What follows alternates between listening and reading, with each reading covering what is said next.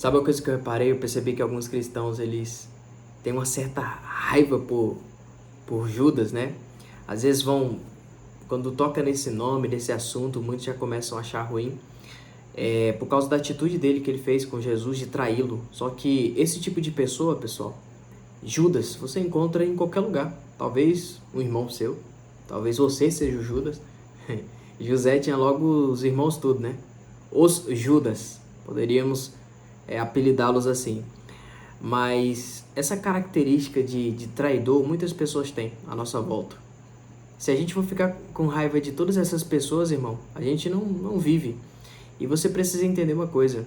Se perguntar pra mim, Daniel, você tem raiva de Judas? Não. Sabe por quê? Porque aquela atitude dele não mudou nada no ministério de Jesus, nem na vida de Jesus, mas mudou na dele. Porque uma coisa que os traidores não sabem é que eles acham que muitas das vezes estão tirando vantagem de alguma situação, mas na realidade estão prejudicando a si mesmo. Porque o traidor, ele não tem paz interior. Uma pessoa que trai, ela não tem paz, tá? E Jesus, você precisa entender uma coisa, ele não se movia no tempo dos homens. O ministério de Jesus não estava entregue nas mãos dos homens. Mas tem pessoas que olham assim e falam, Daniel, se ele não tivesse vendido, Jesus ele não teria sofrido, que não sei o que e tudo mais. Deixa eu explicar uma coisa para você. Judas, vendendo Jesus ou não, Jesus iria para a cruz. Sabe por quê? Porque foi uma decisão que ele tomou. Jesus vivia por decisão. Não se movia de acordo com a circunstância. Não era a circunstância que movia Jesus. Jesus se movia por propósito. Nada impedia Jesus. Você precisa entender isso. Quando a tua vida está na mão de Deus, irmão, não adianta as pessoas tentar impedir, não vai mudar em nada. As pessoas tentando impedir ou te ajudar, não vai mudar absolutamente nada. Porque quando você entende que a sua confiança está no Senhor, quando você vive por propósito, você não é mais impulsionado pela circunstância. Você não é mais movido por ventos de palavras das pessoas, não. Você é movido por algo que você acredita, por propósito. Nada do que está fora tem o poder de influenciar a fé que Deus colocou dentro de você. Você precisa entender, irmão, que Judas, vendendo ou não ia mudar nada no ministério de Jesus, mas mudou sim na vida dele, do próprio Judas. Sabia? Era a missão de Jesus se sacrificar. Ele já falava isso. E você precisa entender que Jesus, ele se movia para fazer a vontade do Pai. Então, a gente às vezes ficar com raiva de um homem e achar que ele foi responsável pela crucificação de Jesus é como se eu estivesse diminuindo Jesus e falando para ele só foi por causa de Judas. Não, ei, presta atenção. Ele foi por causa do Pai e de você. Porque você é importante para Deus. Você tem valor aos olhos de Deus. Se você não tivesse valor, Jesus não teria ido para a cruz. Você foi comprado. O sangue de Jesus derramado naquela cruz para te salvar. Isso sim é amor de verdade. Amor não do mundo. O que o mundo ofereceu para você? Além de dor e sofrimento. O amor de Jesus te oferece alívio, conforto, paz, conforto em meio à guerra, paz em meio à escuridão. Quando você entende quem é Jesus, irmão, e a grandeza dele, o quão grande ele é, você deixa de se preocupar com situações pequenas. Às vezes a gente se estressa tanto com situações tão pequenas que não tem poder de influenciar em nada em Jesus, no Jesus que está na nossa vida. Olhe para Jesus, irmão, entenda que ele é grande, que ele é poderoso.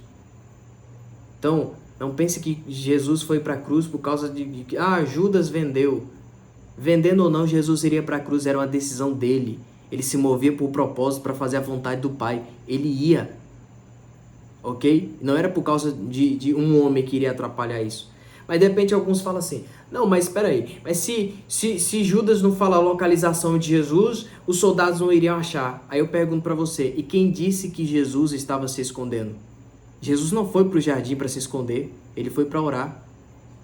O começo da passagem começa assim, e Jesus foi ao Getsemane para orar ao Pai. Ele foi para orar, não foi para se esconder. Porque quando você vive por propósito, irmão, você se move sempre pensando no Pai. Ok? Você não se esconde. Mas pelo contrário, você se expõe ao propósito de Deus. Entenda isso. Se você está focado em Deus, irmão, você não precisa estar fugindo. Jesus não fugiu. Tanto é que quando Judas chega, só para você ter noção que aquilo que ele fez não mudou nada. O que Judas fez não mudou em nada no ministério de Jesus. Nada. Porque quando Judas chega, Jesus pergunta: a quem vocês estão buscando? Falando com os soldados.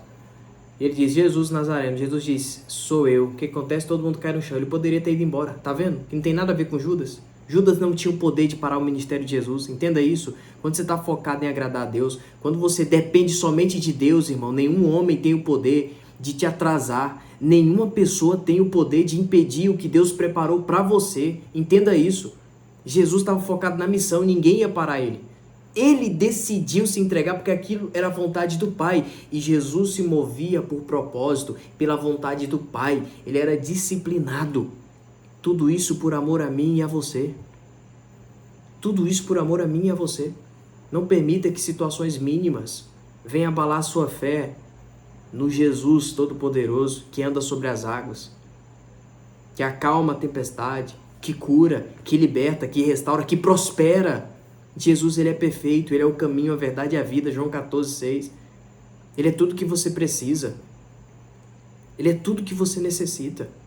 Mas talvez você está longe dele e por isso está enxergando os problemas muito grandes.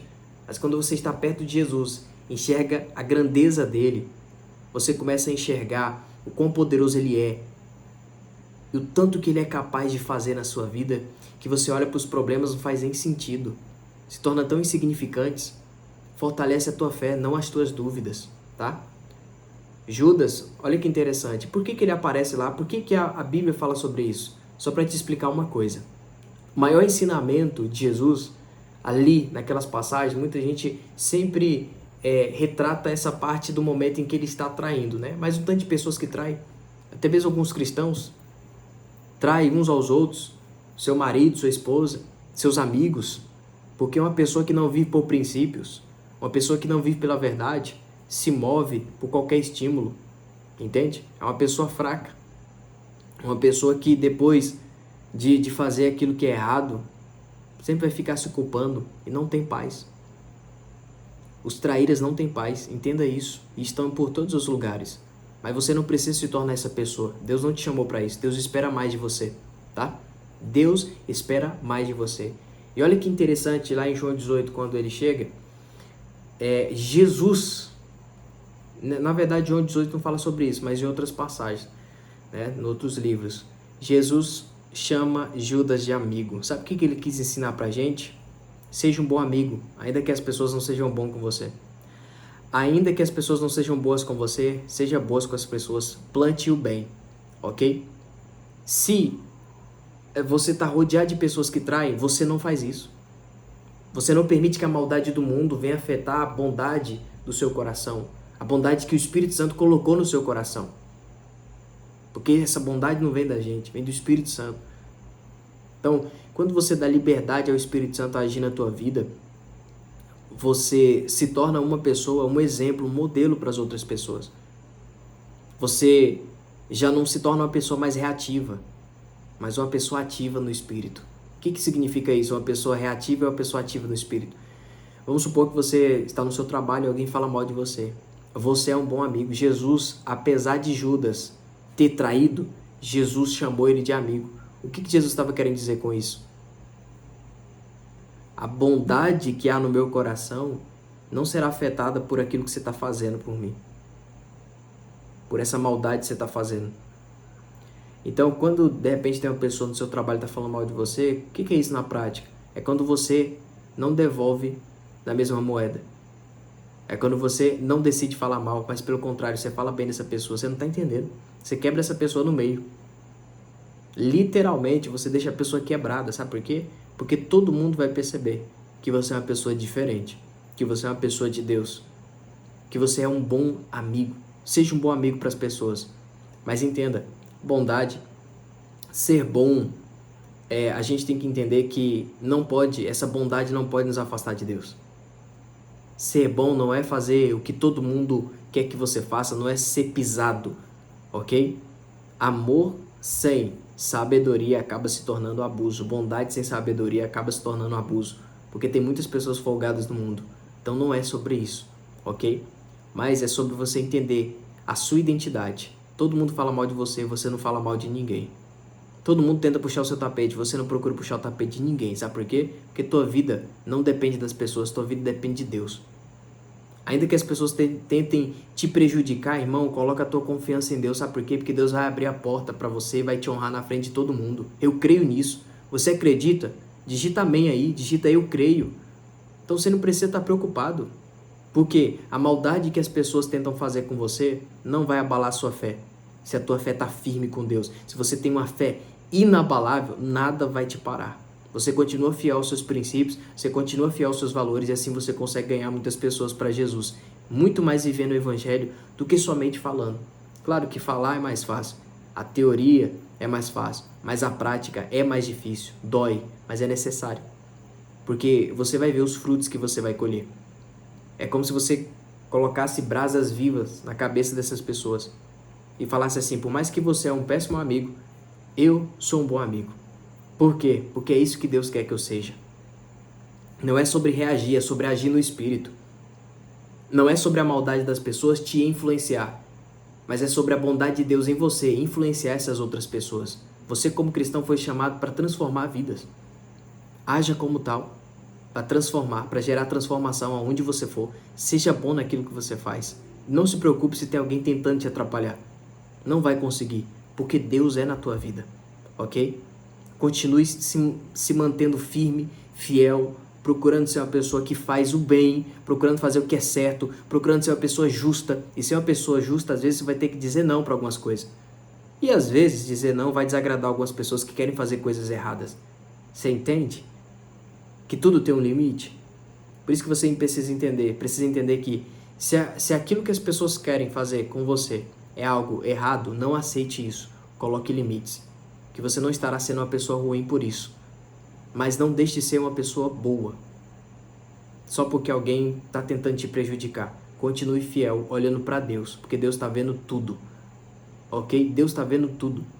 Olha José. Por que José chegou a ser aquele homem tão bem sucedido? Porque Deus viu quando José arrancou aquela ira de vingança pelos irmãos.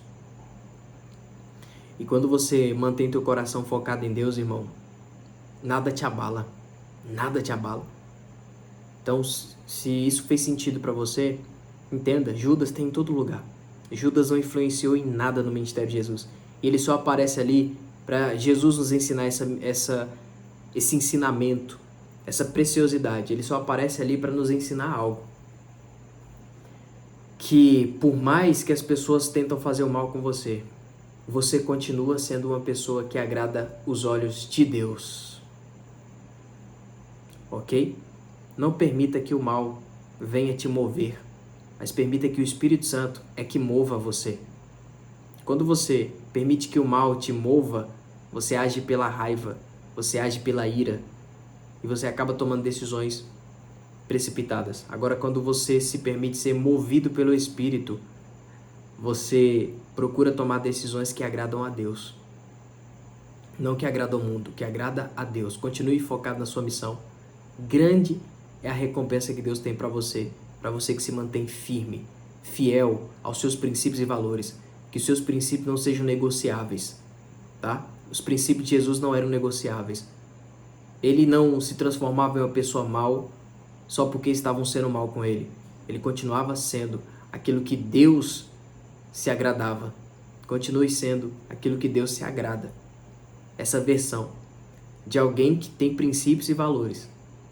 De alguém que procura ajudar as pessoas. Mas entende que as coisas têm limite, sim. Mas guarde isso no seu coração e entenda. Se você está focado em Deus, irmão, nada te para. Você gostou desse vídeo? Deixa o like. Deixa aqui os comentários. Se você quiser adquirir o meu livro Luz na Escuridão, tá aqui embaixo o link de acesso desse livro, tá bom? Não perca, que eu falo sobre inteligência emocional e espiritual. Se você quiser adquirir, corre aí, link na descrição aqui embaixo. Tamo junto, Deus abençoe, fica na paz, fica com Deus.